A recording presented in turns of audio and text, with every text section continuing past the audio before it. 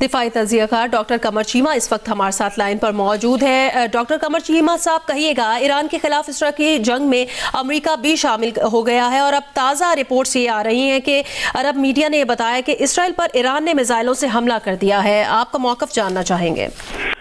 بہت شکریہ۔ دیکھیں جی، پہلی بات تو یہ ہے کہ ایک چیز سامنے آئی ہے کہ انٹرنیشنل لا جو ہے اس کو بالکل سائیڈ لائن کر دیا گیا ہے۔ دیکھیں، ماضی میں ہم نے یہ دیکھا ہے کہ جب بھی کوئی ملک سامنے آتے ہیں، فار ایگزامپل افغانستان میں جب حملہ کیا گیا تھا تو اس کے پیچھے ایک مینڈیٹ تھا، UN سیکیورٹی کونسل ہوتی ہے جسے ہم globally rules based international order کہتے ہیں، کہ اس ملک کے اندر فار ایگزامپل دہشت گرد جماعتیں ہیں یا اس ملک نے یہ بین الاقوامی قوانین توڑے ہیں تو ہمیں ایک گلوبل جو ہے وہ سپورٹ کے ساتھ وہاں پہ حملہ کرتے ہیں۔ لیکن یہاں ایران کے کیس میں تو آپ دیکھیں کہ فار ایگزامپل تلسی گیبرٹ جو ہیں، جو ڈائریکٹر نیشنل انٹیلیجنس ہیں، انہوں نے آپ سے 2-2.5 مہینے پہلے کہا تھا کہ ہمارے پاس کوئی خبر نہیں ہے، کوئی سپورٹ نہیں ہے، ہمیں کچھ پتہ نہیں ہے کہ ایران کے پاس ایسی کوئی نیوکلیر کیپیبلٹی بنا رہا ہے، اور یہ ڈائریکٹر نیشنل انٹیلیجنس ہیں۔ اب آپ خود اندازہ لگائیں، ڈائریکٹر نیشنل انٹیلیجنس امریکہ کی وہ ہیں جن کے نیچے 18-19 انٹیلیجنس ایجنسیز ہوتی ہیں، اور وہ یہ بات جو ہے اپنی کانگریس میں کہہ رہی ہیں۔ دین آپ آ جائیں international atomic energy agency. International atomic energy agency نے بھی اگلے دن یہی کہا ہے کہ ہمارے پاس ایسی کوئی خبر نہیں ہے کہ ایران نیوکلیر ویپنز کی طرف جا رہا ہے۔ ہاں، انہوں نے نیوکلیر انریچمنٹ کی ہوئی ہے، ان کی نیوکلیر انریچ کرنے کی جو کیپیبلٹی ہے وہ 60% تک ہے، اور یہ بہت انپریسیڈنٹڈ ہے، وہ یہ بات تو کر رہے ہیں۔ لیکن ہمارے پاس یہ کوئی انڈرسٹینڈنگ نہیں ہے کہ وہ یہ اس ڈائریکشن کی طرف جا رہے ہیں، یا ہم یہ اپنے جو ریسورسز ہیں، کیونکہ بہت سارے جو ظاہر بات ہے ایران کے جو نیوکلیر جو پروگرام ہے وہ IAEA international atomic energy agency کے نیچے ہے، تو وہ کہتے ہیں ہمیں اس چیز کی کوئی خبر نہیں ہے۔ جب ایسی سچویشن میں انٹرنیشنل اٹامک انرجی ایجنسی بھی کچھ نہیں کہہ رہی، امریکہ کی اپنی انٹیلیجنس ایجنسی جو ہے وہ بھی یہی کہہ رہی ہے کہ ہمارے پاس کوئی شواہد نہیں ہے، لیکن اسرائیل اٹھ کے ایران پہ حملہ کر دے، اور پھر امریکی صدر ڈونلڈ ٹرمپ جو ہیں، جن کے بارے میں اکثر یہ ابھی سامنے چیز آ رہی ہے کہ وہ ایک اسموک سکرین تیار کرتے ہیں یا ایک اسٹریٹجک ڈسیپشن تیار کرتے ہیں، جیسے فار ایگزامپل ایران اور امریکہ کے ڈائیلاگ ہونے تھے تو اسرائیل نے حملہ کر دیا۔ ابھی ڈونلڈ ٹرمپ صاحب نے تھوڑے دن پہلے یہ کہا کہ مجھے 2 ہفتے چاہیے کہ میں نے اٹیک کرنا ہے یا نہیں کرنا، لیکن انہوں نے پھر جو ہے وہ اٹیک کر دیا۔ سوال یہ ہے کہ امریکی صدر شاید یہ پیغام دینا چاہتے ہیں دنیا کو، اور خاص طور پہ اپنی ویسٹرن کمیونٹی کو، جس طرح کل یورپین یونین کی ملاقات ہو رہی تھی ایرانی فارن منسٹر سے، تو ڈونلڈ ٹرمپ صاحب کہتے کہ انہوں نے کیا کرنا ہے، یورپین یونین نے میں نے کرنا ہے، ہم نے کرنا ہے جو کرنا ہے۔ تو اٹ مینس کہ وہ سمجھ رہے تھے کہ ڈائیلاگ کو راستہ ہمیں دینے کی ضرورت نہیں ہے شاید۔ تو یہ ایک نئی میں سمجھتا ہوں ایک نیا راستہ سامنے آیا ہے دنیا کے، کہ اب جس کا جو دل کرتا ہے کسی دوسرے ملک پہ حملہ کر سکتا ہے آن دا بیسس کہ جی میرا یہ مجھے یہ فیئر ہے کہ اس ملک کے پاس یہ ہے۔ یہ پری ایمپٹیو اسٹرائکس جو ہے، یہ ڈاکٹرائن آف پری ایمپشن، یہ بیک ہم دیکھیں 2005 میں ہم نے یہ دیکھا تھا عراق کے اوپر ایسے ہوا تھا کہ جی وہاں پہ انہوں نے کہا جی اسموکنگ گنز ہیں، پھر ہینس بلکس رپورٹ آئی، انہوں نے کہا جی کہ نہیں ایسی کوئی بات نہیں ہے۔ پھر برطانیہ نے کہ اس وقت کے وزیر اعظم جو تھے انہوں نے یہ ان کو ماننا پڑا کہ نہیں وہاں پہ ایسی کوئی اسموکنگ گنز نہیں تھی۔ سو ہمیں ایسا لگتا ہے کہ یہ بین الاقوامی قوانین کو آہستہ آہستہ سائڈ لائن کیا جا رہا ہے۔ انٹرنیشنل آرڈر، UN چارٹر، جو گلوبل جس قوانین کے تحت ہم سارے کے سارے گلوبل کی تمام ممالک جو ہے وہ آپس میں جڑے ہوئے تھے۔ اب دیکھیں غزہ کے اندر کیا دنیا نہیں کہہ رہی کہ جینوسائیڈ ہوا ہے؟ اب تو وہ لوگ جو یہ باتیں کر رہے ہیں کہ انٹرنیشنل لا کی وائلیشن، UN ہیومینیٹیرین لا کی وائلیشن، یونائٹڈ نیشنز کے لوگوں کو غزہ کے اندر مارا گیا، اتنی بڑے پیمانے پہ انٹرنیشنل لا کی وائلیشنز ہو گئی ہیں۔ اور اب آپ دیکھیں ایران پہ حملہ، آپ بالکل بین الاقوامی جتنے قوانین ہیں ان کو دیکھتے ہوئے جو مرضی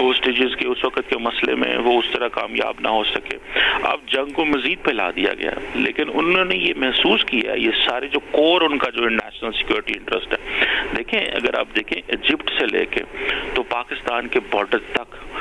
اسرائیلی ایئر فورس نے اپنی ایک سپریمیسی مینٹین کی ہے, جو بہت بڑی ایک سمجھ لیں انہوں نے جو ایریا آف آپریشن ہے وہ بہت بڑا بڑھا دیا. اس پورے خطے کے اندر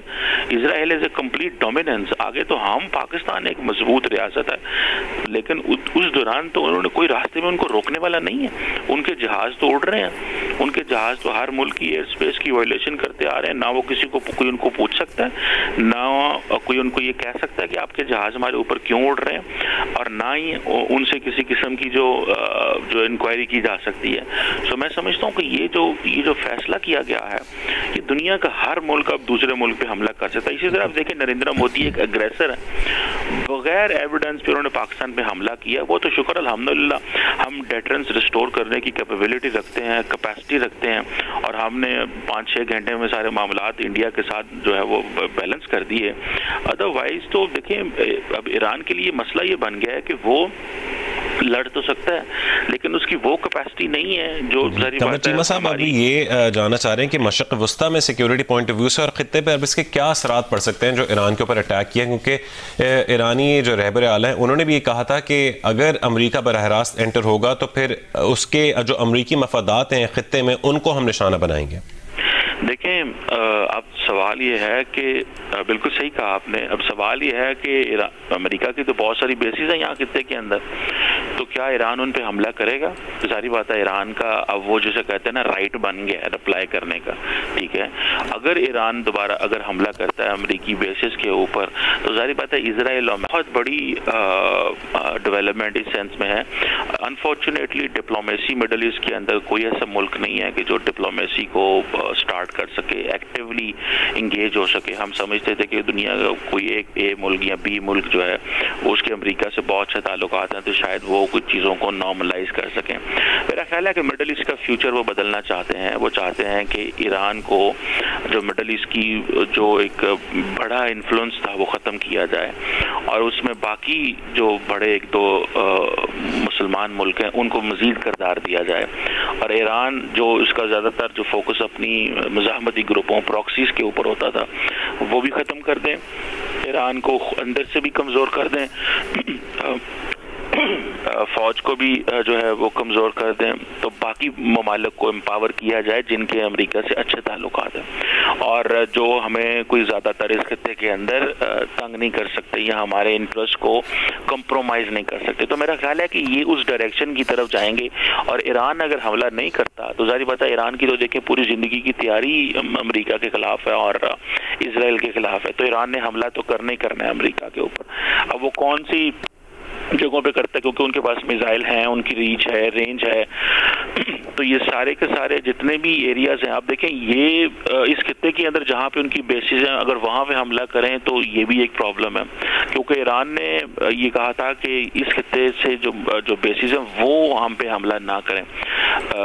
جو ود ان مڈل ایسٹ یا جی سی سی کنٹریز کے اندر ہیں. تو ایران کا ظاہری بات ہے وہاں پہ حملہ کرنا ان ملکوں کے اوپر حملہ کرنے کے مترادف بھی کسی حد تک سمجھا جائے گا, اور وہ کہیں گے جی یہ کیوں کر رہے ہیں. سو ایران یا تو انٹرنیشنل واٹرز کے اندر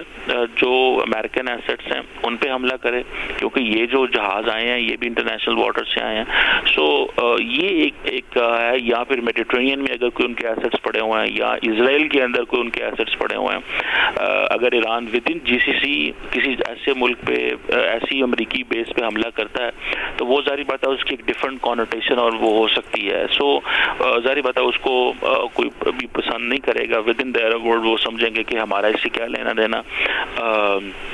ہم نے تو نہیں کیا, یا ہمارے ہاں جو امریکہ کی بیسز ہیں وہاں سے حملہ تو نہیں ہوا. سو میرا خیال ہے لیکن ایران کی جو لارجر اس کی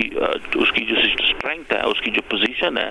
وہ ظاہری بات ہے کمپرومائز ہو گئی, اور جو مزید ممالک رہ گئے ہیں بڑے جن کا پولیٹیکل ڈپلومیٹک فائنینشیل کیپیبلٹی جن کی زیادہ ہے ان کو زیادہ مین سٹریم کیا جائے گا, ان کے ریسورسز زیادہ ہوں گے, کیونکہ اب ایران کو ظاہری بات ہے وقت لگے گا اس ساری چیز میں سے نکلنے کے لیے. اور اگر فار ایگزامپل یہ جنگ لمبی رہتی ہے تو جو آپ کہہ رہے ہیں کہ کیا implications ہوں گے. تو میرا خیال ہے کہ ود ان ایران اب دیکھیں جیسے پاکستان ہے اس نے بھی دیکھیں پوری کی پوری آئل سپلائی چین جو ہے وہ اس وقت دنیا کی متاثر ہوگی, مڈل ایسٹ کی متاثر ہوگی. اب ایران کے پاس ایک بڑا چیز ہے کہ وہ اگر اسٹریٹ آف ہارموز جو ہے اگر اس میں کچھ ایسا کرنے کی کوشش کرتا ہے, وہاں پہ کچھ جہاز کسی کے روک دیتا ہے, کوئی اسٹرائک کرتا ہے. بڑے اہم پوائنٹس آپ نے ریز کیے ہیں ڈاکٹر قمر چیمہ صاحب, بہت شکریہ آپ کا.